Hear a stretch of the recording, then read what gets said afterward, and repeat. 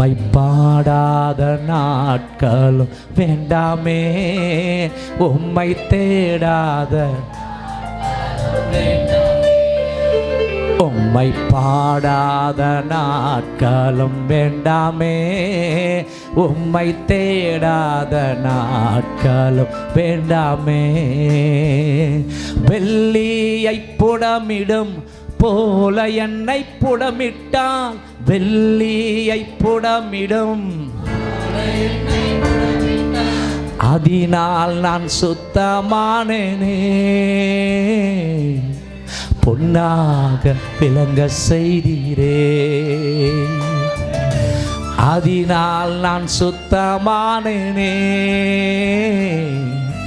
பொன்னாக விளங்க செய்தீரே. உம்மை பாடாத நாட்களும் இல்லையே, உம்மை தேடாத நாட்களும் இல்லையே, உம்மை பாடாத நாட்களும் இல்லையே, உம்மை தேடாத நாட்களும் இல்லையே. பொருத்தனைகள் நிறைவேற்றி ஸ்தோத்திரங்கள் செலுத்துவேன்,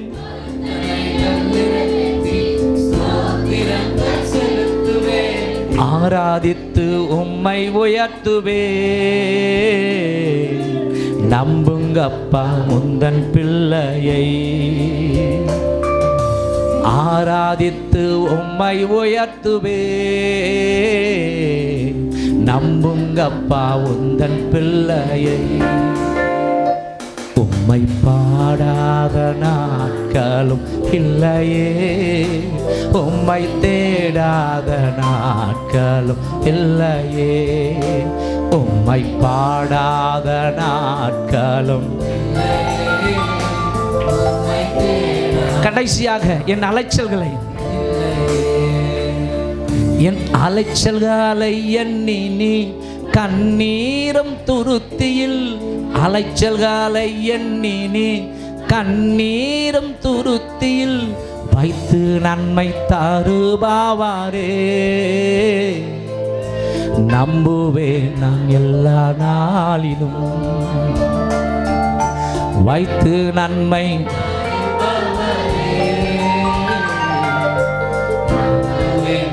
மறுபடியும் சொல்லாமா? அலைச்சல்களை எண்ணி நீ கண்ணீரும் துருத்தியில்,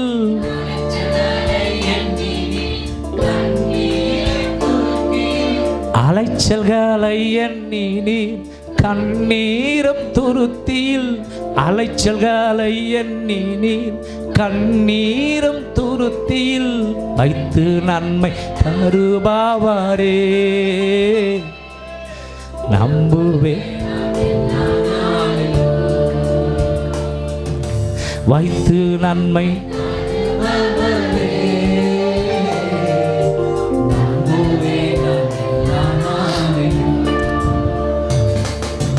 உம்மை அல்லாமல் யாரை நான் நேசிப்பேன்,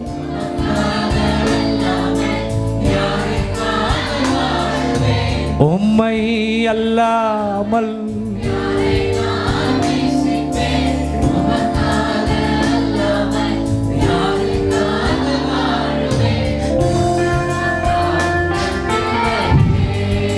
எங்களை நம்புங்கப்பா.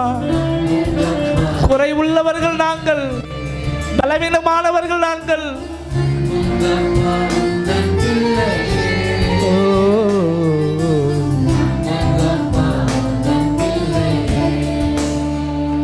உம்மை பாடாத நாட்களும்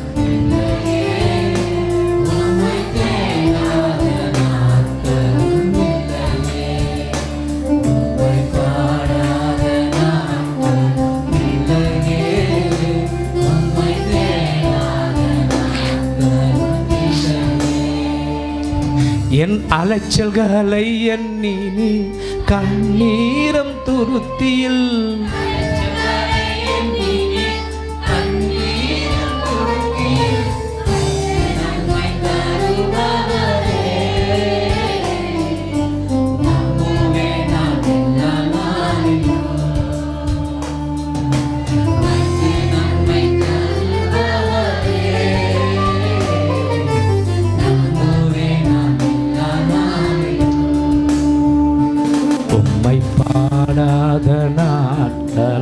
இல்லையே.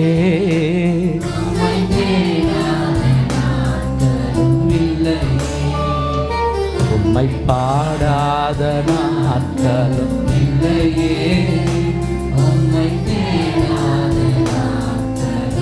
இல்லையே.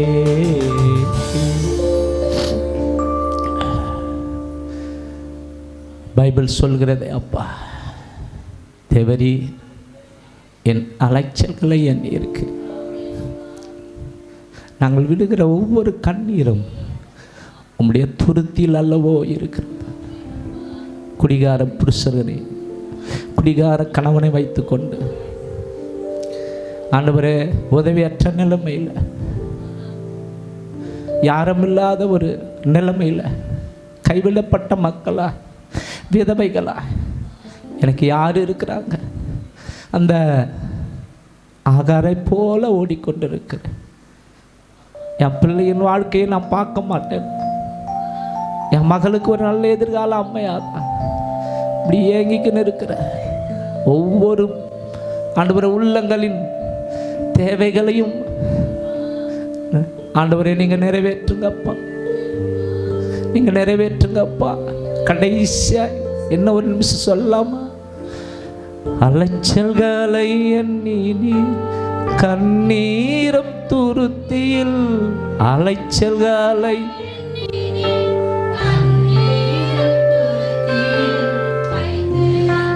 தருபவரே,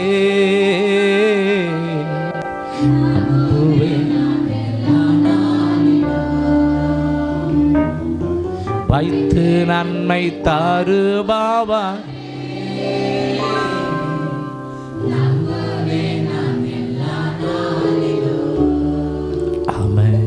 பரலோகத்தின் பிதாவே, இயேசுவின் நாமத்தில் மனுஷனோ முகத்தை பார்க்கிறார், நீரோ இங்கே வந்து உம்முடைய நாமத்தை உச்சரித்த, உம்முடைய நாமத்தை சொன்ன ஒவ்வொரு உள்ளத்தையும் பார்த்து கொண்டிருக்கிற.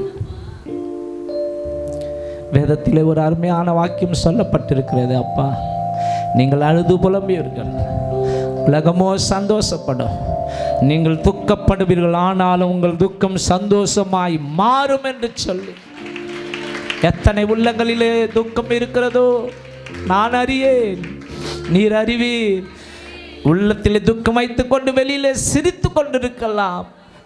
என் ஆண்டவர் சகலத்தையும் மாற்றுவீராக, அழுகையை ஆனந்த களிப்பாய் மாற பண்ணுவீராக.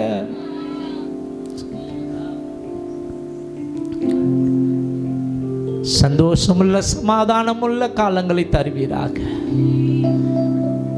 உம்முடைய மக்கள் வெட்கப்பட்டு போகாதபடிக்கு தலை நிமிர பண்ணும், உதவி செய்யும். உங்களை விட்ட வேற கதியே இந்த உலகத்தில் எங்களுக்கு கிடையவே கிடையாதப்பா. நீங்கள் தான் எங்களுக்கு எல்லாம். நீங்கள் தான் எங்கள் டாக்டர், நீங்கள் தான் எங்கள் ஆலோசகர், நீங்கள் தான் எங்கள் அப்பா, நீங்கள் தான் எங்கள் அம்மா, எங்களுக்கு அண்ணன் தம்பி அக்கா தங்கச்சி எல்லாமே நீங்கள் தான் அம்மா. நீங்கள் எங்களுக்கு உதவி செய்யும் ஆண்டவரே. எங்கள் கரத்தை பிடித்து நடத்தும். எங்களை தாழ்த்துகிறோம், ஒப்பு கொடுக்கிறோம். இயேசுவின் நாமத்தில் பிதாவே, ஆமென்.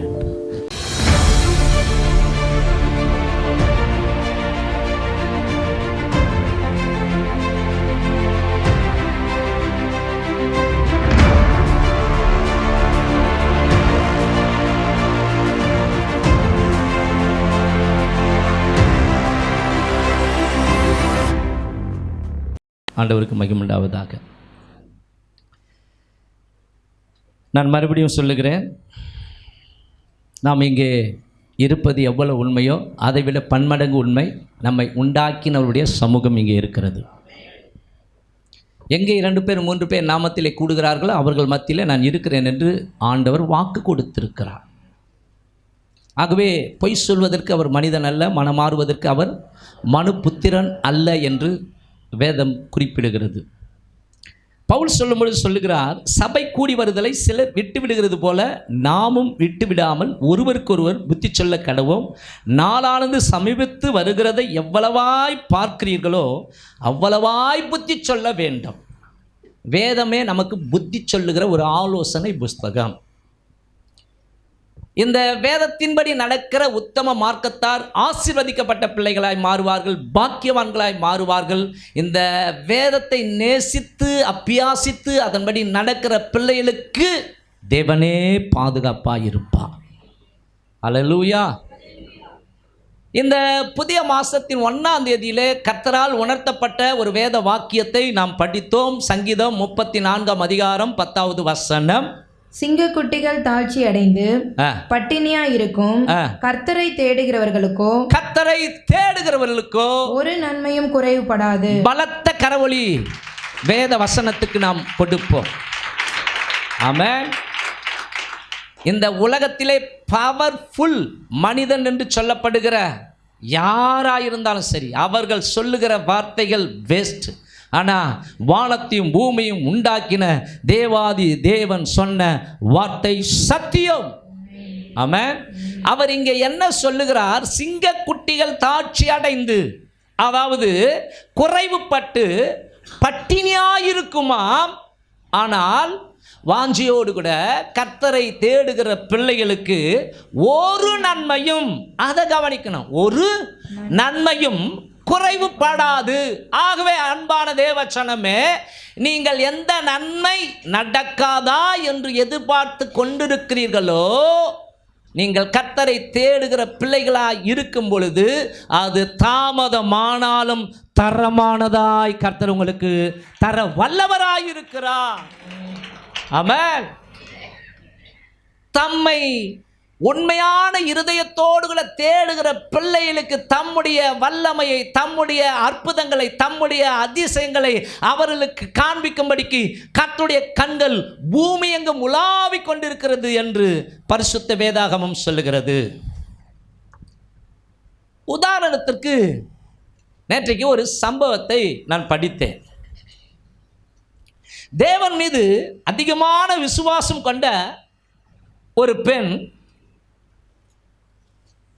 ஒரு கிராமத்தில் இருந்தார்கள். அவர்கள் ஒவ்வொரு வாரமும் திருச்சபைக்கு போகிறவர்களாக அங்கே சொல்லப்படுகிற சத்தியத்தை கடைபிடிக்கிற ஒரு மகளாய் அவர்கள் இருந்தார்கள்.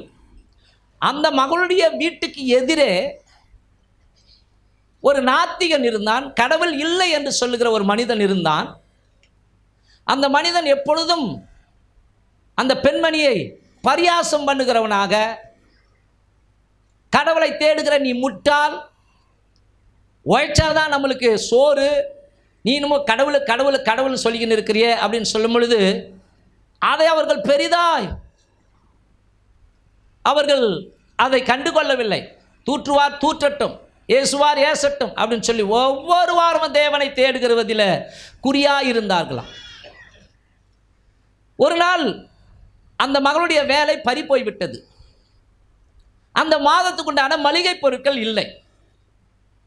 ஆகவே அந்த மகள் தேவனுடைய சமூகத்தில் செபிக்க ஆரம்பிக்கும் பொழுது இந்த கடவுள் இல்லை என்று சொல்லுகிற அந்த மனிதன் ஜன்னல் பக்கமாக வந்து அந்த பெண்மணி என்ன கடவுளை நோக்கி கேட்கிறாள் என்று சொல்லி ஒட்டு கேட்டானாம்.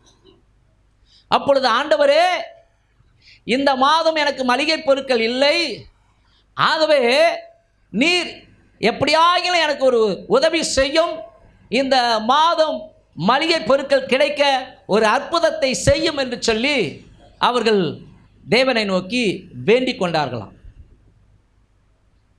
ஒவ்வொரு நாளும் அவர்கள் அந்த 2-3 நாள் அப்படி ஜெபம் பண்ணும் பொழுது இவனுக்கு ஒரு யோசனை வந்ததான்.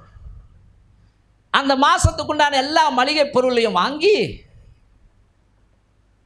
அந்த மகள் காலையில் எழுந்து கதவை திறக்கிறதுக்கு முன்னாடி அந்த கதவுக்கு முன்னாடி அந்த மூட்டையை வச்சுட்டானா. இப்போ கதவை திறந்து அந்த மளிகை மூட்டையை பார்த்தோன்னே ஆண்டவருக்கு ஸ்தோத்திரம், இது கர்த்தர் கொடுத்தான்னு அவங்க சொல்லுவாங்க இல்லையா? அப்பொழுது நேராக போய் அவன் மூஞ்சை உடைக்கணும், இதை நான் வாங்கி கொடுத்தேன், உன் கடவுள் கொடுக்கல அப்படின்னு சொல்லணும்னு சொல்லி கதவை திறந்தோடனே அந்த பெண்மணி பார்த்து சந்தோஷப்பட்டு, ஆண்டவரே உமக்கு நன்றின்னு சொன்னாங்களாம். அவன் எதிர்க்கு வந்து நின்னானான். ஐயோ மூஞ்சா பார், கடவுளா கொடுத்தாரு உனக்கு? உன் கடவுள் இல்லை, பொய், அப்படின்னு சொல்றதுக்காக நான் வாங்காது உனக்கு இதை வச்சிருக்கிறேன் அப்படின்னு மறுபடியும் அல்லேலூயா ஸ்தோத்திரம் அப்படின்னு இவன் மோகம் பேய் அறிஞ்ச மாதிரியா, எதுக்கு இப்படி கத்துற அப்படின்னு. இல்லை கடவுளே இல்லை என்று சொல்லுகிற கடினமான உள்ளத்துக்குள்ள ஆண்டவர் இப்படிப்பட்ட ஒரு கிரியை செய்து ஓ மூலமாக இந்த மளிகை பொருளை வாங்கி கொடுத்ததால் என் ஆண்டவருக்கு அல்லேலூயான்னு அவன் மூஞ்சி செத்து போச்சான். ஹல்லேலூயா, ஆமென். தேவனால கூடாத காரியம் இந்த உலகத்தில் ஒன்றுமே இல்லை. வேதம் சொல்லுகிறது, அவர் கூப்பிடுகிற காக்கை குஞ்சுகளுக்கும் ஆகாரம் கொடுக்கிறார் என்று சங்கீதம் 147:9 சொல்லுகிறது. மாத்திரமல்லாமல் அந்த மிருகங்களுக்கும் கூப்பிடுகிற காக்கை குஞ்சுகளுக்கும் ஆகாரம் கொடுக்கிற தெய்வம் அவருடைய சாயலாய் அவருடைய ரூபமாய் படைக்கப்பட்ட அவருடைய பிள்ளைகளாகிய நமக்கு அவர் நன்மை செய்யாமல் இருப்பாரோ? நிச்சயம் செய்வார். ஏனென்றால் கவனியுங்கள், தம்முடைய சொந்த குமாரன் என்றும் பாராமல் இயேசுவையே நமக்காக தந்தருளினவர் அவரோடு கூட மற்ற ஆசீர்வாதங்களை அருளாதிருப்பது எப்படி? அன்பான தேவனுடைய பிள்ளைகளே, நீங்களான அவருடைய சாயல், நீங்களான அவருடைய ரூபம். ஆக நாம் உண்மையாய் கர்த்தரை தேடுவோமானால், அப்படி தேடும் பொழுது நம்முடைய குறைவுகளை ஆண்டவர் நிறைவாய் மாற்றுவார். ஆமென். ஒருவேளை உங்கள் வாழ்க்கையில் நிம்மதி குறைவுபட்டிருக்கலாம், ஒருவேளை உங்களுடைய வாழ்க்கையில் சுகவீனப்பட்டு சுகம் குறைவுபட்டிருக்கலாம், ஒருவேளை உங்களுடைய ஜீவியத்தில் பொருளாதாரம் பாதிப்படைந்து பொருளாதாரம் ஒருவேளை குறைவுபட்டிருக்கலாம், பண குறைவு ஏற்பட்டிருக்கலாம், அல்லது உங்களுடைய படிப்பிலே ஞானத்திலே நீங்கள் குறைவுபட்டிருக்கலாம், அறிவிலே நீங்கள் குறைவுபட்டு போயிருக்கலாம், அல்லது மன விருப்பங்கள் நிறைவேறுவதிலே குறைவு உண்டாகி இருக்கிற ஒரு காரியங்கள் ஏற்பட்டிருக்கலாம். அல்லேலூயா. எப்படி இருந்தாலும் இன்றைக்கு ஒரு ஆலோசனை பரிசுத்த ஆவியின் மூலமாக, இந்த லவுட் ஸ்பீக்கர் சொல்கிற இந்த பாத்திரத்தின் மூலமாக பரிசுத்த ஆவியான உணர்த்துகிற ஒரு காரியம் என்னவென்றால், நீங்கள் தேவனை தேடுவதற்கு உங்களை அர்ப்பணியுங்கள். உங்கள் காரியங்களை எல்லாம் கர்த்தர் வாய்க்க செய்வார். உங்கள் குறைவுகளை எல்லாம் கிறிஸ்து இயேசுக்குள்ளாக அவர் மகிமையிலே நிறைவாக்குவார். கரங்களை தட்டி ஆண்டவருக்கு மகிமையை செலுத்துங்கள். இஸ்ரவேல் ஜனங்கள் 40 வருஷம் வனாந்தரத்தில் நடத்தப்பட்டார்கள். அப்படி நடத்தப்படும் பொழுது பைபிள் சொல்கிறது, உபாகமம் 2ஆம் அதிகாரம் 7வது வசனம், இந்த 40 வருஷமும் உன் தேவனாய கர்த்தர் உன்னோடு இருந்தார், உனக்கு குறைவு ஒன்றும் ஏற்படவில்லை. உன் தேவனாகிய கர்த்தர் உன் கை கிரியைகளில் எல்லாம் உன்னை ஆசீர்வதித்து வருகிறார். இந்த பெரிய வனாந்திர வழியாய் நீ நடந்து வருகிறதை அறிவார். இந்த 40 வருஷமும் கவனிக்கணும், இந்த 40 வருஷமும் உன் தேவனாகிய கர்த்தர் உன்னோடே இருந்தார், உனக்கு ஒன்றும் குறைவுபடவில்லை என்று சொல் என்றார். உனக்கு ஒன்றும் குறைவுபடவில்லை என்று சொல் என்றார். ஆமென். 40 வருஷம் அவங்களுக்கு ஒரு குறையும் இல்லாம அவர்களுடைய பாதரட்சை தேய்ந்து போகாதபடிக்கு, அவங்களுடைய வஸ்திரம் பழுதாகி போய்விடாதபடிக்கு சிறப்பாய் கர்த்தர் அவர்களை ஒரு குறையில்லாமல் நடத்தி பாலும் தேனும் ஓடுகிற கானான் தேசத்துக்குள்ளே பிரவேசிக்க உதவி செய்தார். அந்த தேவன் நேற்றும் இன்றும் என்றும் மாறாதவர். அன்பானவர்களே, முக்கியமாய் நீங்கள் கவனிக்க வேண்டும், தேவன் நம்மோடு கூட இருக்கும் பொழுது குறைவு இருக்காது. ஆமென். ஆனால் கவனிங்கள், நீங்களும் நானும் தேவனை விட்டு விலகும் பொழுது, தேவனுக்கு கீழ்ப்படியாமல் போகும் பொழுது, சோம்பேறித்தனம் உண்டாகும் பொழுது, தேவனை தேடாத வாழ்க்கை வரும் பொழுது சகலமும் குறைவுபட்டு போகும். ஆமென். பைபிளில் படிக்கிறோம், 2 நாளாகவும் புஸ்தகம் 15ஆம் அதிகாரம் 2வது வசனம், அந்த கடைசி அந்த காரியத்தை படியுங்கள். நீங்கள் கர்த்தரோடு இருந்தால் என்று தொடங்கும் பாருங்க, அதை படிங்க. நீங்கள் கர்த்தரோடு இருந்தால் அவர் உங்களோடு இருப்பார். கவனிக்கணும், நீங்கள் கர்த்தரோடு இருந்தால் அவர் உங்களோடு இருப்பார். நீங்கள் அவரை தேடினால் உங்களுக்கு வெளிப்படுவார். அவரை விட்டீர்களே ஆகில், attention please, அவரை விட்டீர்களே ஆகில் அவர் உங்களை விட்டு விடுவார். ஆகவே தேவனை தேடுங்கள். எந்த சூழ்நிலையாக இருந்தாலும் தேவனை உறுதியாய் பற்றி கொள்ளுங்கள்.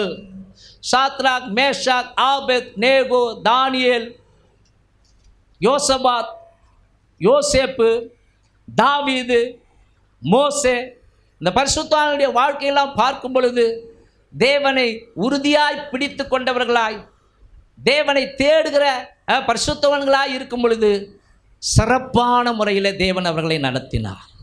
அல்லேலூயா, ஆமென். அந்த தேவன் இன்றைக்கு நமக்கு ஒரு வாக்கு கொடுக்கிறார்.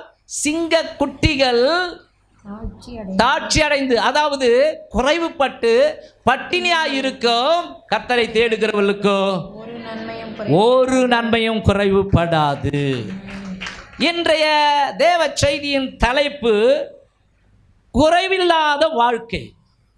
குறைவில்லாத வாழ்க்கை அல்லது நம் வாழ்வில் குறைவு இல்லாமல் வாழ என்ன செய்ய வேண்டும்? 7 காரியங்கள். 7 காரியங்கள். ஆகவே 7 காரியங்களை இன்றைக்கி என்னால் சொல்ல முடியாது. முடிஞ்ச வரைக்கும் ஒரு சில காரியங்களை சொல்கிறேன். அதனுடைய தொடர்ச்சியை தொடர்ந்து வருகிற நாட்களில், வருகிற வாரங்களில் நாம் படிக்க போகிறோம். இதை நீங்கள் புரிந்து கொள்வீர்களானால், இதை நீங்கள் அப்படியே கை கொள்வீர்களானால், நிச்சயமாய் சொல்கிறேன், உறுதியாய் சொல்கிறேன், உங்கள் வாழ்க்கையில் ஒரு குறையும் இல்லாதபடிக்கு சிறப்பாய் நடத்துவதற்கு தேவன் உண்மை உள்ளவராய் இருக்கிறார். ஆமென். முதலாவது செய்ய வேண்டிய காரியம், முதல் காரியம், லூக்கா புஸ்தகம் 15ஆம் அதிகாரம் 13வது வசனம், 14வது வசனம். சில நாளைக்கு பின்பு இளைய மகன் எல்லாவற்றையும் சேர்த்துக்கொண்டு தூர தேசத்துக்கு புறப்பட்டு போய் அங்கே துன்மார்க்கமாய் ஜீவனம் பண்ணி தன் ஆஸ்தியை அழித்து போட்டான். எல்லாவற்றையும் அவன் செலவழித்த பின்பு அந்த தேசத்திலே கொடிய பஞ்சம் உண்டாயிற்று. அப்பொழுது அவன் குறைவுபட தொடங்கி, போதும், அவன் வாழ்க்கையிலே சகலமும் குறைவுபட தொடங்கி, அவன் வாழ்க்கையில எல்லாம் கொஞ்சம் கொஞ்சமா குறைஞ்சிக்கினே போகுது.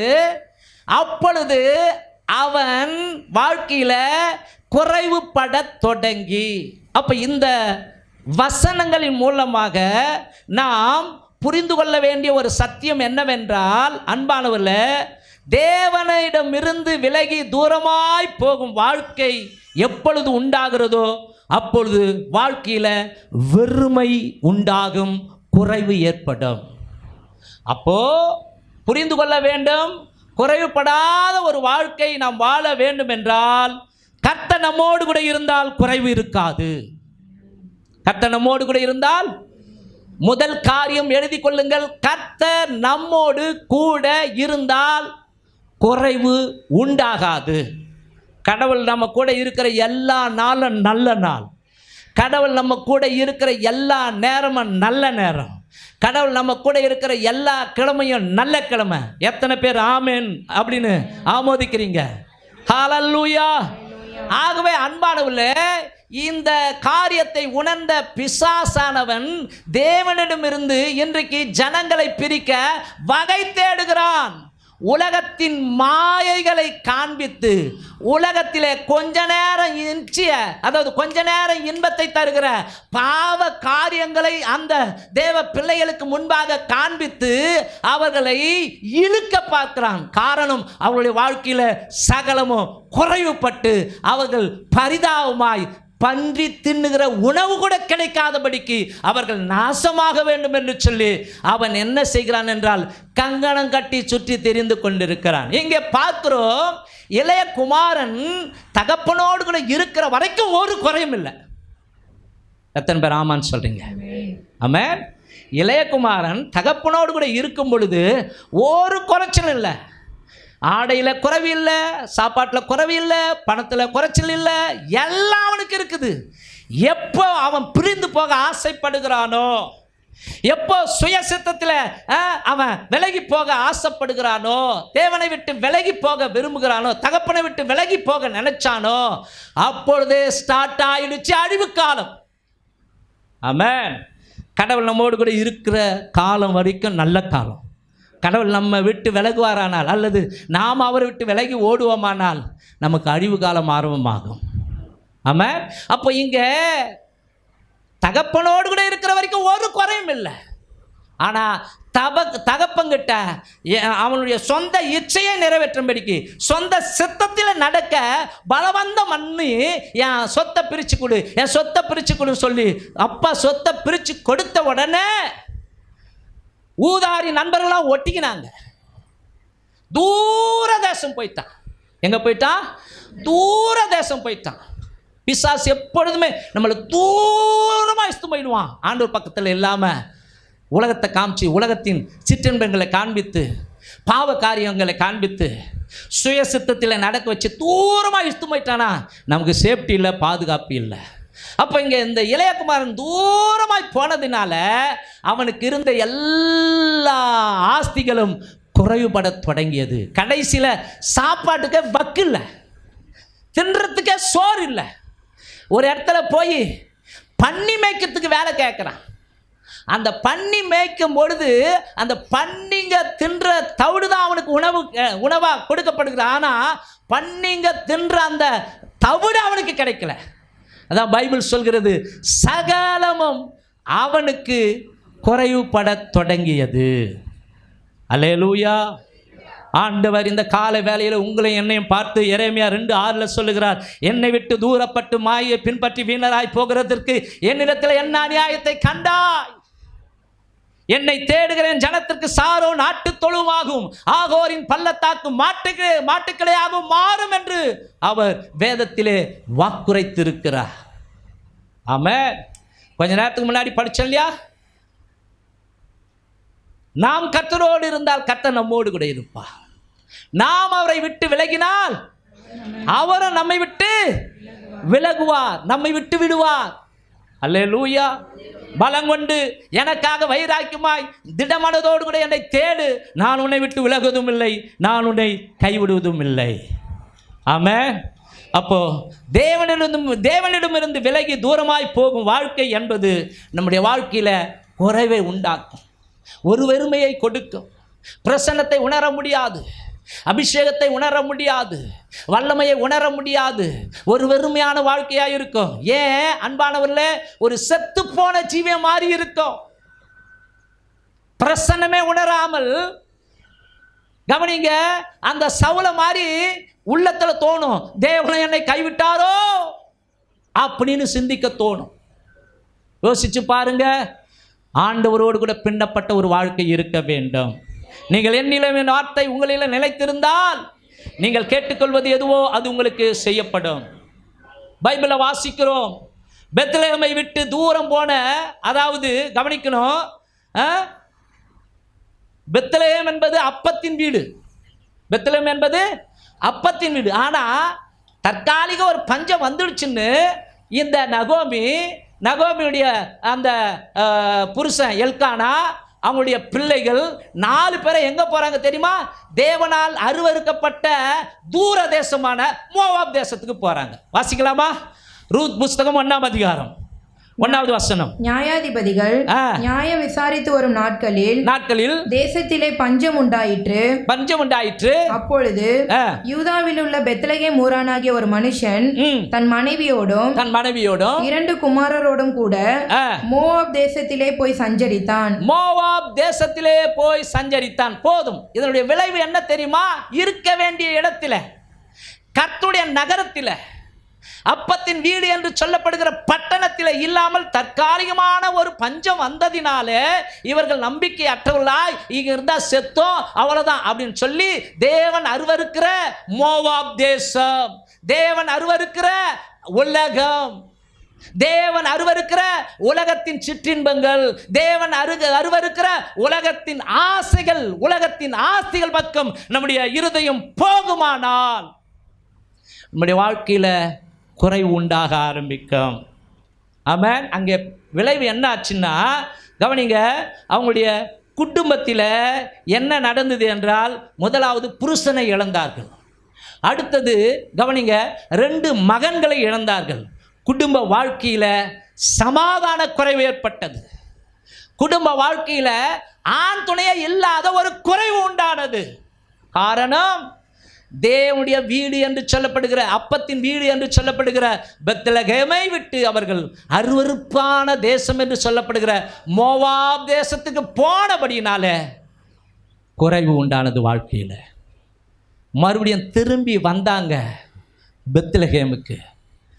அங்கே வந்த பிறகுதான் அவங்க கூடவே பின்தொடர்ந்து வந்த அவங்க மருமகள் ரூத்தின் மூலமாய் அவர்கள் ஆசீர்வதிக்கப்பட்டார்கள். ஆமென். மாத்திரமல்லாமல் லூக்கா புஸ்தகம் 10ஆம் அதிகாரம் 30வது வசனத்தில் நீங்கள் பார்க்கும் பொழுது, எருசலேமிலிருந்து சபிக்கப்பட்ட பட்டணமாகிய எரிகோவுக்கு போன ஒரு மனுஷனை குறித்து அங்கே படிக்கிறோம்.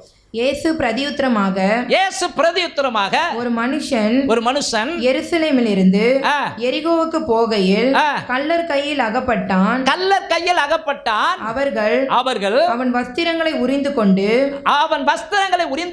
அவனை காயப்படுத்தி அவனை நன்றாய் அடித்து காயப்படுத்தி குற்றுயிராக விட்டு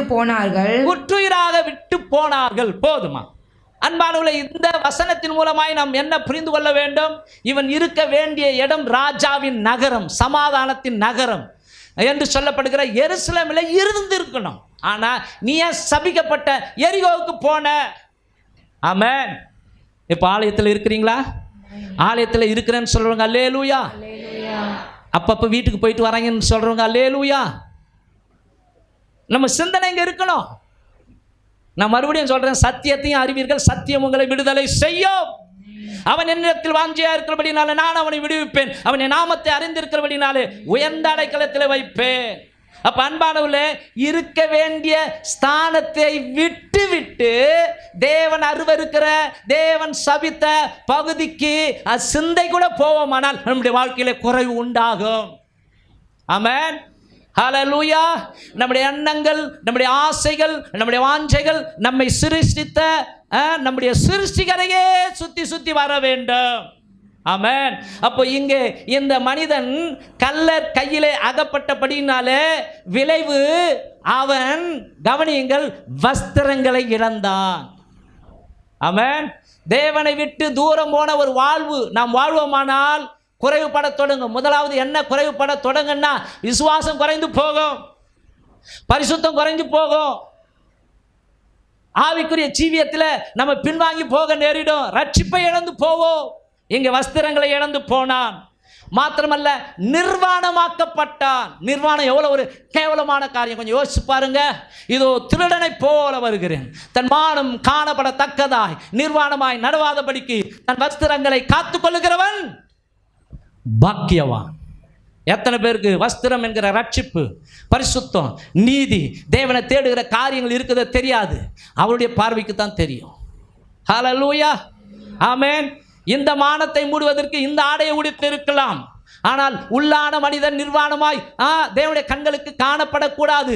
தேவன் பார்க்கும் பொழுது நம் வஸ்திரங்கள், அதாவது ரட்சிப்பு, தேவனுடைய நீதி, இவைகளால் அலங்கரிக்கப்பட்ட ஒரு மனிதனாய் நாம் இருக்க வேண்டும். எத்தனை பேர் ஆமான்றீங்க?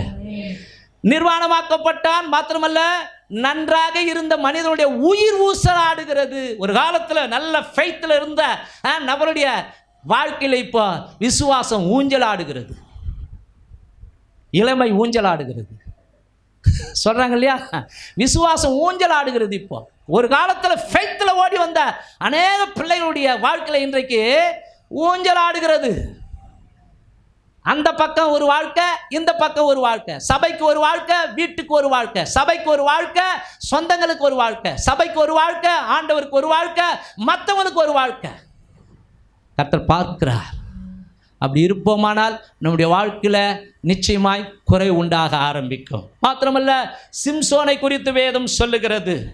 சிம்சோன் தன்னுடைய கர்த்தருக்காக அர்ப்பணிக்கப்பட்ட வாழ்க்கையை விட்டு அவன் தூரமாய் போனான். அர்ப்பணிப்பின் மீது அவனுக்கு அக்கறை இல்லாமல் கண்ட காட்சிகள், கண்ட கருமாந்திரங்கள் மேலே ஆசை வச்சு, அவன் சிந்தையில் பொண்ணுங்க மேலெல்லாம் ஆசை வச்சு அவன் தேவனை விட்டு தூரமாய் போனபடினாலே விளைவு அவனுடைய ஜீவியத்தில் அன்பானவர்களே அபிஷேகம் குறைவுபட்டது அப்படின்னு சொல்ல முடியாது, அபிஷேகத்தையே இழந்து போனான். மாத்திரமல்லாமல் கர்த்தர் அவனுக்கு தந்த மகா பெரிய பலனை இழந்தான். மாத்திரமல்ல, கண்களை இழந்தான். அது மாத்திரமல்ல, பெலிஸ்தியர்களால் அடிமையாக்கப்பட்டான். சகலமும் அவனுக்கு குறைவுபட்டது. ஆகவே கர்த்தர் எப்போதும் நம்மோடு கூட இருப்பாரானால் வாழ்க்கையில் குறைவு என்பது இருக்காது. பாட்டு கூட ஒன்று இருக்குது, என் மேய்ப்பராய் இயேசு என் வாழ்விலே குறைகள் என்பது ஏது. ஆக அன்பானவர்களே, தேவனிடமிருந்து விலகி போகும்போது குறைவு உண்டாகிறது. ஆக முதலாவது காரியம் என்னவென்றால், நாம் கர்த்தரோடு கூட இருக்கும் பொழுது நமக்கு சகலமும் நிறைவு உண்டாகும். சகலத்தையும் கர்த்தர் நிறைவேற்றுவார். திருப்தியான ஒரு வாழ்க்கை வாழ ஆண்டவர் உதவி செய்வார். சகலத்தையும் ஆண்டவர் என்ன பண்ணுவார்? கவனிங்க, கானாவூரில் ஒரு கல்யாணம் நடக்குது. இயேசு அழைக்கப்பட்டிருந்தார். அங்கே திராட்சை ரசம் குறைவுபடத் தொடங்கியது. ஆனால் கர்த்தர் இருந்தபடியினால, கவனிங்க, அங்கே என்ன நடந்தது என்றால், முதலாவது ஒரு அற்புதம் நடக்கிறது. என்னென்னா, வெறும் பச்சை தண்ணியை மொண்டு பந்தி விசாரிப்புக்காரங்களுக்கு கொடுக்குறாங்க. அவங்க வேலைக்காரங்க கொண்டு போய் கொடுக்கும்போது ஊற்றும் பொழுது அது திராட்சை ரசமாய் மாறுகிறது. கரங்களை தட்டி தேவனை மையப்படுத்துவோமா? அந்த குடும்பம் அவமானப்பட்டு போகாதபடிக்கு முதலாவதே அவங்க கர்த்தருக்கு முக்கியத்துவம் கொடுத்து கர்த்தரை அழைத்திருந்தபடினாலே அங்கே குறைவு உண்டாக்கி அவங்களை அசிங்கப்படுத்தலான்னு பிசாசு நினைச்சிருந்தாலும் கர்த்தர் வந்தார், அற்புதத்தை செய்தார், குறைவு நிறைவாய் மாறினது. முந்தின ரசத்தின் சுவையை பார்க்கலாம், பிந்தின ரசத்தின் சுவை அதிகமாக இருந்தது. அல்லேலூயா. ஆக கர்த்தர் நம்மோடு கூட இருந்தால் குறையில்லாமல் வாழலாம். இரண்டாவது ஒரு காரியம், கர்த்தருக்கு கீழ்ப்படிந்து கொடுத்தால் குறைவு இருக்காது. கர்த்தருக்கு கீழ்ப்படிந்து கொடுத்தால் குறைவு இருக்காது. வாசிக்கலாம். 2 நாளாகமம் புஸ்தகம் 31வது அதிகாரம் 3வது வசனத்திலிருந்து 10வது வசனம் வரைக்கும் வாசிக்க கேட்போம். ராஜா கர்த்தருடைய நியாயப்பிரமாணத்தில் எழுதியிருக்கிறபடியே அந்தி சந்திகளில் செலுத்த வேண்டிய சர்வாங்க தகன பலிகளுக்கும் ஓய்வு நாட்களிலும் மாத பிறப்புகளிலும் பண்டிகைகளிலும் செலுத்த வேண்டிய சர்வாங்க தகன பலிகளுக்கும் தன் ஆஸ்தியில் இருந்து எடுத்து தன் பங்கை கொடுத்தான்.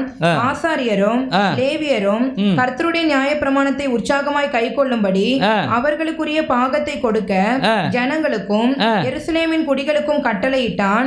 இந்த வார்த்தை பிரசித்தமான போது இஸ்ரவேல் புத்திரர் தானியத்திலும் திராட்சை ரசத்திலும் எண்ணெயிலும் தேனிலும் நிலத்தின் எல்லா வரத்திலும் முதற் பலன்களை திரளாக கொண்டு வந்து சகலத்திலும் தசம பாகத்தை பரிபூர்ணமாய் கொடுத்தார்கள்.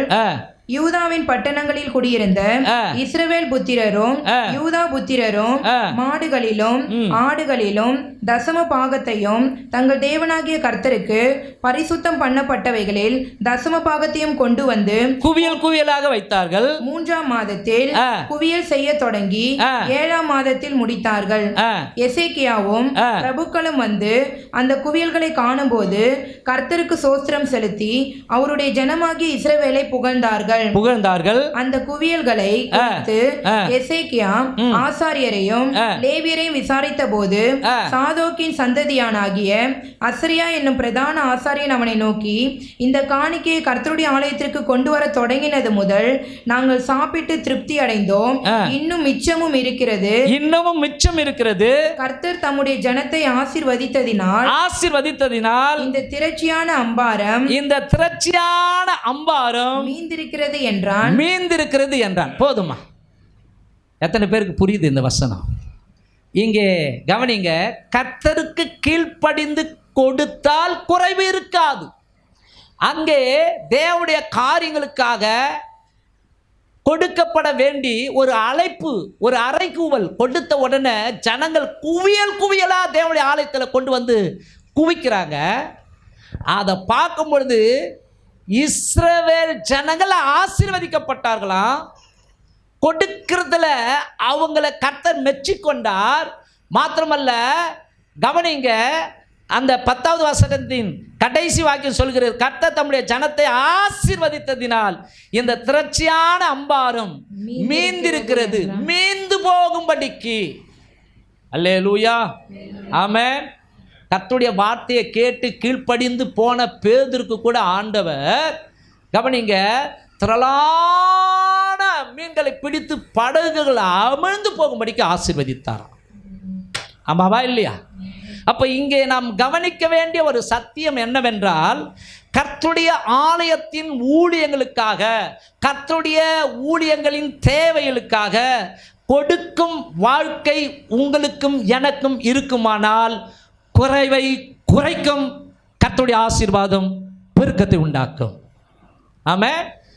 கவனிங்க, கர்த்தருக்கு நீங்களும் நானும் கர்த்தருடைய ஆலயத்திற்கு அவருடைய ஊழியங்களுக்கு தசம பாகங்களை காணிக்கைகளை வாஞ்சியோடு கூட கொடுக்கும் பொழுது நம்முடைய வாழ்க்கையில் குறைவு வராதபடிக்கு அந்த குறையை கர்த்தருடைய வல்லமை தடுக்கும். மாத்திரமல்ல, கர்த்தருடைய வல்லமையே நம்முடைய ஆசீர்வாதமான வாழ்க்கையை பெருக்கத்திற்குள்ளாய் கொண்டு போகும். விசுவாசிக்கிறவங்க ஒரு அல்லேலூயா. வேதம் சொல்லுகிறது 2 கொரிந்தியர் 9:7 நீங்கள் படிக்கும் பொழுது, அவனவன் விசனமாயும் அல்ல, கட்டாயமாயும் அல்ல, மனதில் நியமித்தபடியே, தன் மனதில் நியமித்திருக்கிறபடியே கொடுக்க கடவன். உற்சாகமாய் கொடுக்கிறவனிடத்தில் தேவன் பிரியமாய் இருக்கிறார். அன்பானவர்களே, நீங்கள் கடவுளுக்காக கொடுக்கும் பொழுது தேவையற்ற சிந்தனைகள் வரவே கூடாது. நீங்கள் ஒரு மனுஷனுக்கு கொடுக்கல, ஒரு ஊழியக்காரனுக்கு கொடுக்கல, ஒரு பிரசங்கம் பண்றவனுக்கு கொடுக்கல, நீங்கள் யாருக்கு கொடுக்குறீங்கன்னா கர்த்தருக்கு கொடுக்கிறீர்கள். ஆமென். உன்னுடைய பொருளாலும் உன்னுடைய எல்லா விளைவின் முதல் பலனால கர்த்தரை கனம் பண்ணுன்னு வாக்கியம் சொல்லப்பட்டு இருக்கிறது. அப்போ இங்கே நிறைய பிள்ளைகளுடைய வாழ்க்கையில கொடுப்பதில் நிர்விசாரம். சில நேரங்களில் கீஞ்சி போன 10 ரூபா தாள்லாம் கூட அப்படியே ஒரு மாதிரி நைஞ்சி இருக்குது. ஸ்தோத்திரம். நான் இதை ஒரு மாதிரிலாம் சொல்ல விரும்பலை. எப்பேற்பட்ட ஆண்டவர் அங்கே ஜீவன் அற்றவைகளுக்கு தங்கமாக எத்துமை கொட்டானுங்க, அங்கே கட்டுக்கட்டாக கொட்டானுங்க. இங்கே व्यसனமாகவும் வானா கட்டாயமாயும் வானா, கொடுக்கிறது சின்னதோ பெருசோ எப்படி கொடுக்க சொல்கிறாரு? உற்சாகமாய். ஆமென். உற்சாகமாய் கொடுக்கிறவனிடத்தில் தேவன் பிரியமாயிருக்கிறார். அல்லேலூயா. அது மாத்திரமல்ல, நீதிமொழிகள் 11:24 சொல்லுகிறது, வாரி இறைத்தம் விருத்தி அடைவாரும் உண்டு, அதிகமாய் பிசினித்தனம் பண்ணியம் வறுமை அடைவாரும் உண்டு. ஆமென். சேர்த்து வச்சிருந்து இன்னத்தை கொண்டு போகிறோம். இன்னைக்கு மூச்சு நின்று போச்சு, அவ்வளோதான், எல்லாம் போச்சு. ஆமென். இன்னைக்கு மூச்சு நின்று போச்சுன்னா அவ்வளோதான், போச்சு. யோசிச்சு பாருங்க.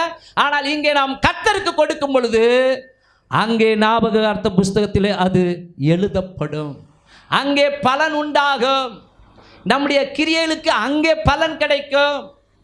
மாத்திரமல்ல, இங்கேயும் கவனிங்க, நமக்கு இங்கேயும் பலன் உண்டாகும். ஆண்டவர் எந்த காரியத்திலும் என்னை சோதிங்கன்னு சொல்லலை, கொடுக்கிற காரியத்தில் என்னை சோதித்து பாருங்கள் என்று சொல்லி இருக்கிறார். அப்போ பைபிள் சொல்கிறது, உதாரண குணமுள்ள ஆத்துமா செழிக்கும். ஆமென்.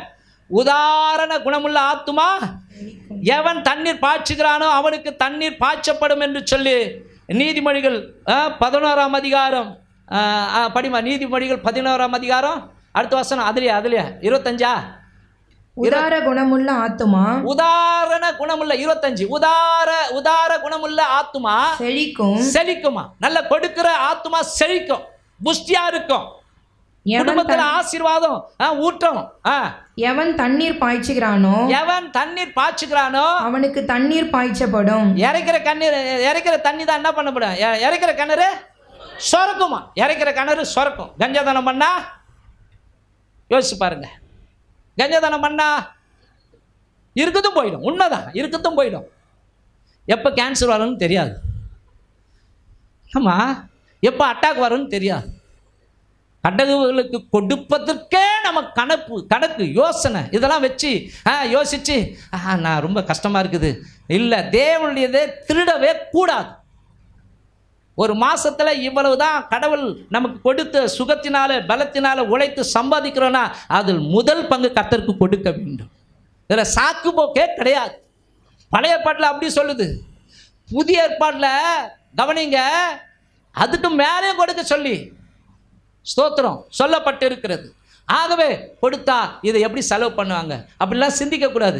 பாஸ்டர் கொடுத்தா எதனா வீடு வாசல் கட்டிக்குவாரோ, கார் பங்களா வாங்கிக்குவாரோ, இப்படிலாம் நினைக்கவே கூடாது. நான் கர்த்தருக்காக கொடுத்துருக்கிறேன், அந்த பாசு கணக்கு கொடுத்துக்கிட்டோம். என்ன சொல்கிறீங்கம்மா? ஹல்லேலூயா, ஆமென். இங்கே ஒரு மனிதனை பார்த்து நீங்கள் கொடுக்கவில்லை, வானத்தையும் பூமி உண்டாக்கின தேவனுக்கு நீங்கள் கொடுக்கிறீர்கள். எத்தனை பேர் ஆமென் சொல்கிறீங்க? 1 நாளாகமம் புஸ்தகம் 29ஆம் அதிகாரம் 14 அதில் தாவீது சொல்கிறார். 14வது வசனத்தில் தாவீது சொல்கிறார். 1 நாளாகமம் 29ஆம் அதிகாரம் 14வது வசனம். இப்படி மனப்பூர்வமாய் கொடுக்கும் திராணி உண்டாவதற்கு, அதை அண்டர்லைன் பண்ணுங்க. தாவீது சொல்றார், மனப்பூர்வமாய் கொடுக்கும் திராணி பலன் உண்டாவதற்கு நாங்கள் எம்மாத்திரம், என் ஜனங்கள் எம்மாத்திரம், என் ஜனங்கள் எம்மாத்திரம், எல்லாம் உம்மால் உண்டானது. ஆமென். எத்தனை பேர் ஆமான்னு சொல்றீங்க? எல்லாம் யாராலுங்க உண்டானது? கர்த்தரால உண்டானது. எனக்கு தண்ணி குடிச்சிக்கிறேங்க, தண்ணி தாக்க எடுக்குது.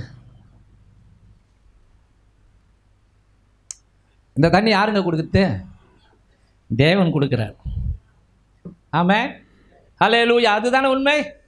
இந்த தண்ணிக்காக எத்தனை பேர் கஷ்டப்படுறாங்க தெரியுமா? தண்ணி கிடைக்காம வட மாநிலத்திலலாம் கிட்டத்தட்ட 5 கிலோமீட்டர் 10 கிலோமீட்டர் தூரம்லாம் நடந்து போய் என்ன பண்ணுறாங்களா, தண்ணி குடத்தில் பிடிச்சின்னு வராங்களாம். ஹல்லேலூயா. அப்போது இங்கே சொல்கிறாரு, எல்லாம் உம்மால் உண்டானது, உமது கரத்திலே வாங்கி, சொல்றார் பாருங்க, உமது கரத்திலே வாங்கி உமக்கு கொடுத்தோம், உமக்கு கொடுத்தோம். எல்லாரும் சொல்லுங்க பார்க்கலாம், உமது கரத்திலே வாங்கி உமக்கு கொடுத்தோம். நல்லா சொல்லுங்க, உமது கரத்திலே வாங்கி உமக்கு கொடுத்தோம். ஹல்லேலூயா. இன்னைக்கு நிக்கிறமே, இந்த பலன் யாரு போட்டா, யாரு கொடுத்தது? யோசிச்சு பாருங்க. இந்த கையை தூக்குறமே, இதுக்கு எவ்வளோ நரம்பு வேலை செய்யுது தெரியுமா? இந்த கையை தூக்கத்துக்கு. இந்த பேசுறன இதுக்கு எவ்வளோ நரம்பு செயல்படுத்து தெரியுமா? பார்க்கறன இதுக்கு எவ்வளோ நரம்பு செயல்படுத்து தெரியுமா? இது எல்லாம் கர்த்தர் போட்ட பிச்சை.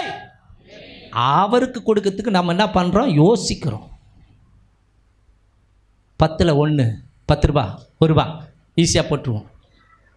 100 ரூபா அதில் தசம்பாகம் 10 ரூபா போட்டுருவோம். 1000 ரூபா சரி 100 ரூபா போட்டுருவோம். 10,000 ரூபா 1000 ரூபா கூட போட்டுருவோம். 10 லட்சம் 1 லட்சம் போடணுமா? வலிக்கும், வலிக்கக்கூடாது. ஆகவே தான் கர்த்தர் சொல்கிறார், உமது கரத்தில் வாங்கி உமக்கு கொடுத்தோம். பெருக்கத்தின் ஆசீர்வாதமே அவருக்கு கொடுக்க வேண்டும். கவனிங்க கவனிங்க, நமது இதயம் தினமும் 1,03,689 முறை துடிக்கிறதா. நமது இதயம் ஒரு நாளைக்கு 1,03,689 முறை துடிக்கிறதா. நம்முடைய உடம்புல இருக்கிற ரத்தம் 16,80,00,000 மைல்கள் பிரயாணம் பண்ணுதான். பா, ஒரு நாளைக்கு 10 கிலோமீட்டர் கூட நம்ம நடக்க மாட்டோம். ஏன் 1 கிலோமீட்டர் கூட நடக்க மாட்டோம். என் ஒய்ஃப் நடன்றா என்னால் நடக்க முடியல. எதுக்கு? வாக்கிங் போ, சுகர் இருக்குது இல்லை, வாக்கிங் போன்றா. சும்மானா நான் அந்த வீட்டுக்கு அந்த முனையில் வந்து அந்த மால்தேனி கடை வரைக்கும் போயிட்டு அப்படி திரும்பிட்டு அவ்வளோதான். அப்பா, நம்மளுக்கு அதுக்கு மேலே நடக்க முடியாது. ஆனால் நம்முடைய பிளட்டு கவனிங்க, 16,80,00,000 மைல்கள் பிரயாணம் பண்ணுகிறதான். இது கர்த்தர் கொடுக்கிறார். அப்படி பிளட் ஓடலன்னா ஆள் அவுட்டு. யோசிச்சு பாருங்க, தேவன் இப்படி செய்கிற காரியங்கள் கிரியெல்லாம் பார்க்கும் பொழுது அது பிரமிப்பாக இருக்கிறது. ஒவ்வொரு நாளும் கவனிங்க, ஒவ்வொரு நாளும் 23,040 முறை சுவாசிக்கிறோமா நமக்கே தெரியாமல் சுவாசிக்கிறோம். பார்த்தீங்களா, அந்த சுவாசம் 23,040 முறை சுவாசிக்கிறோமா. நாம் சுவாசிக்கிற காற்றின் அளவு 12,402 லிட்டர் கொள்ளளவு ஆகுமா. மாத்திரமல்ல, நமது மூளை 70 லட்சம் மைல்கள் நம்முடைய மூளையில் 70 லட்சம் செல்கள் தினமும் வேலை செய்கிறதா. 70 லட்சம் செல்கள் தினமும் வேலை செய்கிறதா. இப்படிலாம் கடவுள் யோசித்து பாருங்க, ஒவ்வொரு நாளும் நமக்கு கொடுக்கும் போஷிப்போம் நடத்துதலும் சுகமும் அளவே இல்லாதது. கரங்களை தட்டி அவருக்கு மகிமையை செலுத்துவோமா? ஆமென். அப்போ அன்பானவர்களே, வேதம் சொல்லுகிறது, கர்த்தருக்கு கீழ்ப்படிந்து கொடுத்தால் குறைவு இருக்காது. 1 ராஜாக்கள் புஸ்தகம் 17ஆம் அதிகாரம் 15, 14 நீங்கள் படிக்கும் பொழுது 1 ராஜாக்கள் புஸ்தகம் 17ஆம் அதிகாரம் 15, 16 வசனத்தை வாசிக்கும் பொழுது அவள் போய் எலியாவின் சொற்படி செய்தாள். அங்க அண்டர்லைன் பண்ணுங்க, எலியாவின் சொற்படி செய்தாள், கீழ்ப்படிந்தாள். அதாவது காட்டில் விறகு பறக்குறாங்க, பஞ்சம், பயங்கரமான பஞ்சம். அங்க யாரு? ஒரு விதவை. அங்க வந்து என்ட்ரி ஆவத்து யாரு? தீர்க்கதரிசியாகிய எலியா. அவர் பார்த்து என்ன பண்ணுறன்றார், இது மாதிரி கொஞ்சோண்டு மா இருக்குது, கொஞ்சோண்டு எண்ணெய் இருக்குது, ஒரு அடை செஞ்சு சாப்பிட்டு செத்து போகலான்னு இருக்கிறோம். நீ எப்படி நினச்சிருக்கிறியோ அதை செய், ஆனால் செஞ்ச அடையை என்ன பண்ணு, எனக்கு கொண்டு வா. இவங்க உயிரை ஊசலாடுது. ஆனால் இந்த சமயத்தில் எலியா இப்படி சொன்ன உடனே அந்த சொல்லுக்கு அப்படியே கீழ்ப்படிந்து ஒரு மனுஷி கொடுப்பாரானால் வானத்தையும் பூமியும் உண்டாக்கின இறைவன் யோசிச்சு பாருங்க, நமக்காக உயிரையே கொடுத்திருக்கிறார். ஆமாம், அவருக்கு எதை கொடுத்தாலும் ஈடு இணையாகாது. ஆமாம், அல்லேலூயா. அப்போது யோசிச்சு பாருங்க, நம்ம அறியாமல் எவ்வளவோ சுவாசம் சுவாசிக்கிறோம். இந்த ஹார்ட் எவ்வளோ துடிக்குது, இந்த ஃபேன் கூட நின்றுதுங்க. ஆமாவா இல்லையா? போன வாரத்தில் இந்த கீபோர்டு ஒரே ஒரு கீ சும்மா லைட்டாக வேலை செய்யணும் எத்துமை கொடுத்தா 10,000 ரூபாய் பில்லு போட்டாங்க. அந்த கீபோர்டும் ரிப்பேர் ஆகிடுது. நம்ம வாங்கி பயன்படுத்துகிற எல்லா மிஷின்களும் ரிப்பேர் ஆகிடுது. ஆனால் ஒரு மிஷினை ஆண்டவர் உள்ளே வச்சிருக்கிறாரு, பிறந்ததுலேருந்து இந்த தேதி வரைக்கும் துடித்து கொண்டே இருக்கிறது. இதுக்கு ஈடாக என்னங்க செலுத்த முடியும்? கர்த்தர் செய்த எல்லா உபகாரங்களுக்காக எண்ணத்தை செலுத்துவேன். ரட்சிப்பின் பாத்திரத்தை கரத்திலேந்தி கர்த்தருடைய நாமத்தை ஆமென், ஹல்லேலூயா. மாத்திரமல்ல, வேதம் சொல்லுகிறது, நீதிமொழிகள் 9:11, என்னாலே உன் நாட்கள் பெருகும். கொஞ்சம் யோசிச்சு பாருங்க, என்ன சொல்றார், வாக்கு கொடுக்கிறார் பாருங்க. என்னால தாண்டா உன் ஆயுசு நாட்களே பெருகுது. நீ உடற்பயிற்சி செய்வதினால, சத்துள்ள உணவு உண்ணுவதினால, என்னாலே உன்னுடைய ஆயுசு நாட்கள் பெருகும். உன் ஆயுசின் வருஷங்கள் விருத்தியாகும். உன்னுடைய ஆயுசின் வருஷங்கள் விருத்தியாகும். அல்லேலூயா. அப்படிப்பட்ட ஆண்டவருக்கு நாம் கொடுக்கறதுக்கு கணக்கு பார்க்கலாமா? கஞ்சத்தனம் பண்ணலாமா? யோசிச்சு பாருங்க. தசமபாகத்தை திருடலாமா? வஞ்சிக்கலாமா? தசமபாகத்தை எடுத்து நான் இல்லாதவங்களுக்கு கொடுக்குறேன், இல்லாதவங்களுக்கு தசமபாகத்துக்கு அர்த்த தீர்க்கத்தை கொடுத்துடு. கர்த்தருக்கு கொடுத்ததை, கர்த்தருக்குரியதை கர்த்தருக்கு கொடுக்கணும், தேவனுக்குரியதை தேவனுக்கு கொடுக்கணும், ராயனுக்குரியதை. பைபிளை படிக்கிறோம், 2 பேர் என்ன பண்ணாங்க? அனனியா சப்பிரால் என்ன பண்ணாங்க? தேவனுடைய அந்த காணிக்கையை வஞ்சித்தார்கள். அதாவது கவனிங்க, பாதி எடுத்துக்கின்னு பாதி என்ன பண்ணாங்க? கொடுத்தாங்க. பைபிள் சொல்கிறது விழுந்து செத்தார்கள். அல்லேலூயா, ஆமென். அப்போனா ஒரு விதத்தில் யோசிக்கும் பொழுது தேவனுடைய தசமபாகத்தை திருடுகிறவர்கள் கூட உள்ளத்திலே செத்து போய் தான் கிடக்கிறாங்க. அவங்களுக்கு ஏற்ற வசனங்களை சாக்கு போக்கா சொல்லி அவங்க ஒரு செத்து போன ஒரு வாழ்க்கை, வறட்சியான ஒரு வாழ்க்கை ஓடிக்கொண்டு இருக்கிற ஒரு நிலைமை இது. அவங்களுக்கு ஏற்ற சத்தியத்தெல்லாம் தேர்ந்தெடுத்து வச்சு அப்படி பேசுவாங்க. இன்றைக்கி அதுதான் உலகத்தில் நிறைய சொல்லி சொல்லி ஜனங்களை குழப்புறாங்க. ஓ, கொடுக்கறதுனால அவன் தானே உயர்றான், இவன் தானே உயர்றான். இல்லைங்க, எவன் உயர்றானு எவன் தாழ்ந்து போகிறானு அதெல்லாம் எனக்கு தெரியாது. பைபிள் சொல்கிறது தேவனுடையதை தேவனுக்கு கொடுக்க வேண்டும். அல்லேலூயா. நான் அதில் போடும்போதே ஆண்டவருக்காக போடுறேங்க. எடுத்து துண்டுறவன் செய்கிறவன் எப்படி செய்கிறான்னு தெரியாது. அவன் கணக்கு கொடுத்துக்கிட்டேங்க. அல்லேலூயா, ஆமென், ஆமென். அப்போ அன்பானவர்களே, கர்த்தருக்குரியதை நாம் கர்த்தருக்கு கொடுக்கும் பொழுது அதில் வஞ்சிக்கக்கூடாது. அப்படி வஞ்சித்தால் கவனிங்க, பொருளாதார ஆசீர்வாதம் பாதிக்கப்படும், தடை உண்டாகும், பண வரவு குறைய ஆரம்பிக்கணும்னா ஆண்டவரை சொல்ற சோதித்து பார். அதுதான் சொன்னேன், வாரி இறைத்து விருத்தி அடைவாரும் உண்டு, பிசினித்தனம் பண்ணி அடைவாரும். ஆமென், ஹல்லேலூயா. கொடுக்கறதுல நம்முடைய கை எப்பவுமே குஷ்டரோகம் இருக்கும். குஷ்டரோகம் கையாக இருக்கக்கூடாது, நல்ல கையாக இருக்கணும். ஹல்லேலூயா, ஆமென். தாராளமாக இருக்கணும். ஆமென், ஆமென். அப்போது கவனிங்க, ஜீவனற்ற அந்த தெய்வங்கள் என்று சொல்லப்படுகிற காரியங்களுக்கு பயங்கரமாக பக்தியை காமிச்சு இறக்கிறாங்க இல்லையா? அப்போ ஜீவனுள்ள தேவன், அவருடைய ஊழியங்கள், அவருடைய ஆலயங்கள் இன்னும் மகிமையானதாய் மாற வேண்டும் என்றால் நாம் காணிக்கைகளினால் தாங்கும் பொழுது நம்முடைய வாழ்க்கையில் குறைவுபடாதபடிக்கு கர்த்தர் காத்துக்கொள்வார். மூன்றாவது காரியத்தை சொல்லி முடிக்கிறேன். மூன்றாவது காரியம், கனி கொடுக்கிற வாழ்க்கையில் குறைவு இருக்காது. கனி கொடுக்கிற வாழ்க்கையில் குறைவு இருக்காது.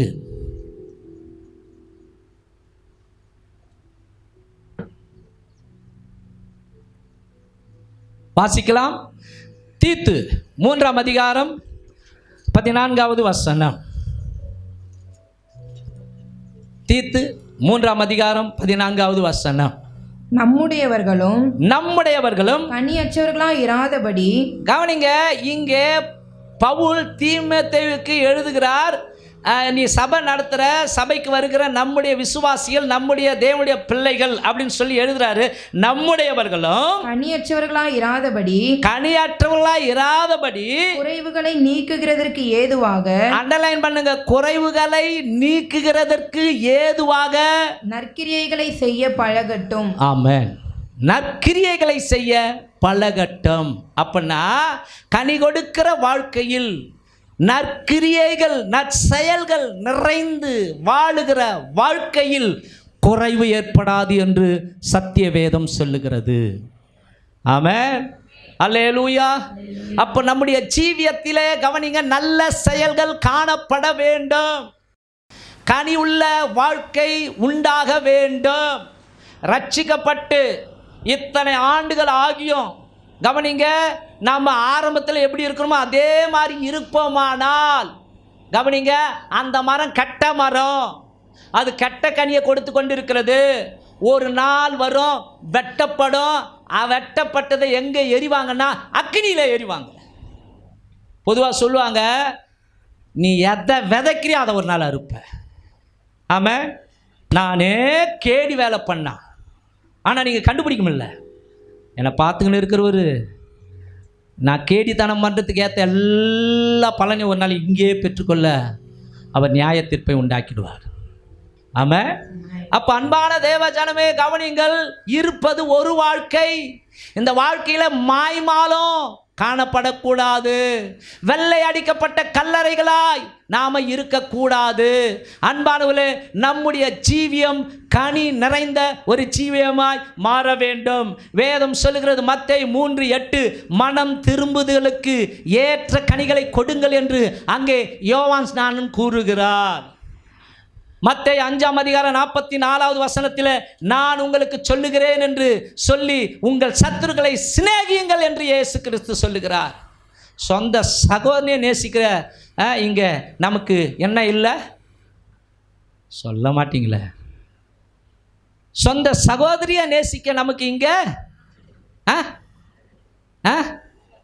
மனம் இல்லைன்ட்டீங்க. இன்னொரு வார்த்தை போடலான்னு பார்த்தேன், அது உங்கள் வாயிலேருந்தே கிடைக்கும்னு பார்த்தேன். நானாக சொன்னால் என்ன பாஸ்டர் சொல்லுவாங்க இல்லையா, போடி சொந்த சகோதரியை நேசிக்க உனக்கு துப்பு இல்லை, கடவுளை போய் நேசிக்குதான். தூக்கின்னு போகுது பைப்பில் திட்டுறாங்களா இல்லையா? போய் முட்டி பட்டுன்னு அங்கே பாட்டு, அன்பு கூறுவேன் இன்னும் அதிகமாய் ஆராதிப்பேன், கண்ணில் வர கண்ணீர் பார்க்குற ஜனங்க நம்பிடும். இந்த மாய்மால கண்ணீரெல்லாம் கர்த்தர் பார்த்து கொண்டு இருக்கிறார். கண்ணீர் ஈஸியாக வரலாம் தெரியுமா? உணர்ச்சி வசப்பட்ட ஒரு கதையை கேளுங்களேன். ஒரு பயங்கரமான கதையை அதாவது ஒரு கற்பழிச்ச 3 வயசு குழந்தை காரியங்களுக்கு கேட்கும்போது சில பேர் என்ன பண்ணுறாங்க, அந்த மாதிரி கண்ணீர் இது. அன்பானவர்களே, இயேசு சொல்லுகிறார், உன் சத்துருக்களை சிநேகி. சரிங்களா? உங்கள் சத்துருக்களை சிநேகிங்கள், உங்களை சபிக்கிறவர்களை நீயா அப்படின்னு துப்பிட்டு போ, அப்படியா சொல்லிக்கிறாரு? ஒரு அடி அடிச்சா அப்படியே லுங்கிய தூக்கி கட்டிக்கின்னு கையில் கத்தி எடுத்துக்கின்னு போடா, அப்படியா சொல்லிக்கிறாரு? கவனிங்க, ஒரு கன்னத்தில் அரைஞ்சா மறு கன்னத்தையும் காட்டு. இன்னைக்கு காட்டுறதுக்கு தான் இருக்கிறாங்க. இன்னொரு கையை தூக்கின்னு வாடா, என்னை அடிச்சேன் யார் தெரியுமா, முன்னொரு காலத்தில் நான் ரவுடியாக இருந்துவேன், அது மாதிரி சொல்லவே கூடாது. நான் யார் தெரியுமா அப்படின்னாலே போச்சு. கவனிங்க, பைபிள் சொல்கிறது, உங்களை சபிக்கிறவர்களை ஆசீர்வதிங்கள், பகைக்கிறவர்களுக்கு நன்மை செய்யுங்கள், உங்களை நிந்திக்கிறவர்களுக்காக துன்பப்படுத்துவர்களுக்காகவும் ஜெபம் பண்ணுங்கள். ஆண்டவர் என்னங்க கற்றுக் கொடுத்தார் நமக்கு? உன்னிடத்தில் அன்பு கூறுவது போல பிறனிடத்தில் அந்த அன்பு இருக்குதா? அந்த அன்பு இருக்குதா? அப்படியே வரப்பா போய்க்கணும். என்னத்தங்க நம்ம அன்பு காண்பிப்போம். இவங்க இங்கே இருப்பாங்க, பக்கத்து வீட்டுக்காரங்கிட்ட கூட பேச மாட்டாங்க. ஐயோ அவங்கள மோசமான ஜனங்க. இவங்களே வச்சுக்கிறது ஒரு பேர். சொல்லட்டமா, ஆத்மாதாயமான உனக்கு துப்பு இல்லை. உங்களை பார்த்து சொல்ல, நான் செவுத்தை பார்த்து சொல்கிறேன். அவங்களோட கூட பழகாமல் எப்படிங்க நம்ம ஆத்துமாக்களை ரட்சிப்புக்குள்ளே கொண்டு வர முடியும்? அன்பு காட்டாமல் எப்படிங்க ஆண்டவருடைய ராஜ்யத்துக்குள்ளே கொண்டு வர முடியும்? யோசிச்சு பாருங்க. அன்பில்லாதவன் தேவனை அறியான். அப்போ அந்த அன்பு என்ன அன்பு? அது போலித்தனமான அன்பு. அப்போ ஆண்டவர் என்ன சொல்றாரு? உன்னிடத்தில் அன்பு கூறுவது போல பிறனிடத்தில் அன்பு கூறு. அது ஒரு கனி. ஆவியின் கனியோ அன்பு. தொடங்குறாரா இல்லையா? ஆவியின் கனியோ அன்பு. அன்பானவர்களே கவனியுங்கள். அது மத்தேயு 3ஆம் அதிகாரம் 10வது வசனம் வாசிங்க. இப்பொழுது கோடாரியானது மரங்களின் வேர் அருகே வைத்திருக்கிறது. இந்த மாய்மாலம் பண்றவங்க, இந்த மனம் திரும்பின மாதிரி ஆக்டிங் பண்றவங்க, போலித்தனமா ஜெபம் பண்றவங்க, கவனிங்க. நான் மறுபடியும் சொல்றேன், நீங்க என்ன ஏமாத்தலாம், நான் உங்களை ஏமாத்தலாம். நம்ம யாரும் ஆண்டவரை ஏமாற்ற முடியாது. ஆமென். நம்ம பக்கத்திலேயே கோடாரி வைக்கப்பட்டிருக்கிறது. வீட்டை விட்டு 2 வீலரில் போகிறோம், வீட்டை விட்டு நடந்து போகிறோம், வீட்டை விட்டு கம்பெனிக்கு போகிறோம். எப்போ என்ன நடக்குன்னு தெரியாது.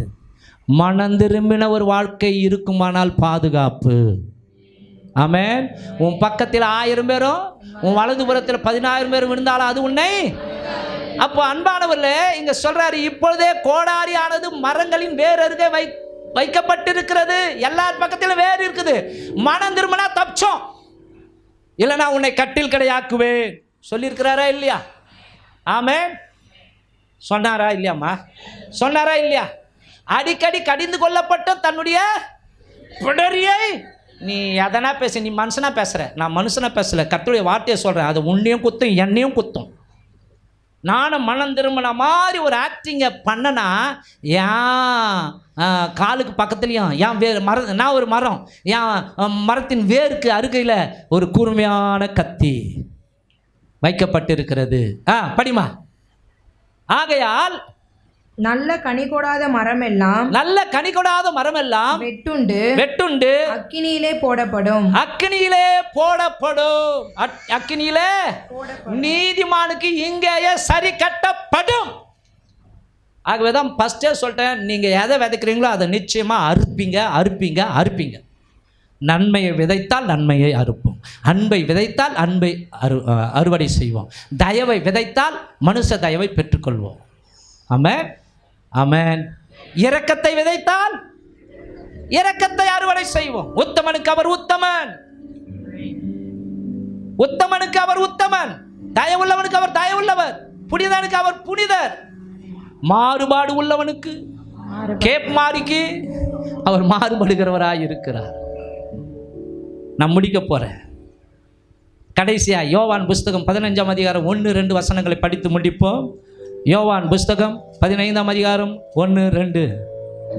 நான் மெய்யான திராட்சை செடி, என் பிதா திராட்சை தோட்டக்காரர், என்னில் கனி கொடாதிருக்கிற கொடி எதுவோ அதை அவர் அறுத்து போடுகிறார். கனி கொடுக்கிற கொடி எதுவோ அது அதிக கனிகளை கொடுக்கும், அது குறைவு உண்டாகாதபடிக்கு அதிக கனிகளை கொடுக்கும்படிக்கு அதை சுத்தம் பண்ணுகிறார். அல்லேலூயா. ஆமென். அப்போ ரட்சிக்கப்பட்ட நீங்களும் நானும் மாய்மாலமாலாம் நடிக்கக்கூடாது, ஆக்டிங்லாம் பண்ணக்கூடாது. தேவன் பார்க்குறாரு. சபைக்கு ஆக்டிங் பண்ணிடலாம், நானும் பண்ணிடலாம், நீங்களும் பண்ணிடலாம். ஆனால் ஆண்டவருக்கு முன்னாடி நடிக்கலாம் முடியாது. சிந்தனையை பார்க்குறாரு. மறைவிடங்களில் நம்ம நடந்து கொள்கிற அந்த காரியங்களாம் பார்க்குறாரு. அன்பானவர்களே கவனிங்க. நம்முடைய வாழ்க்கையில் குறைவுபடாதபடிக்கு நாம் செய்ய வேண்டிய 7 காரியங்களில் 3 காரியங்கள் தான் இப்போ நான் சொல்லி உங்களுக்கு ஆலோசனையாய் பரிசுத்த ஆவியானுடைய ஒத்தாசன் மூலமாய் இந்த 3 காரியங்கள் இப்பொழுது நான் உங்களுக்கு சொன்னேன். 1, கர்த்தர் நம்மோடு கூட இருக்க வேண்டும். 2, கர்த்தருக்கு கீழ்ப்படிந்து கொடுக்க வேண்டும். 3, கனி கொடுக்கிற வாழ்க்கை நமக்குள் இருக்க வேண்டும். இப்படி இருக்கும் பொழுது நிச்சயமாய் கர்த்தர் நம்முடைய ஜீவியத்தில் குறை ஏற்படாதபடிக்கு அவர் நிறைவான ஒரு வாழ்க்கையை தருவார். எத்தனை பேர் நம்புறீங்க? எழுந்து நிற்கலாமா? திருப்தியாக்கி நடத்திடுவார், தேவைகளை சந்திப்பார், மீதம் எடுக்க வைப்பார், பிறருக்கு கொடுக்க வைப்பார்.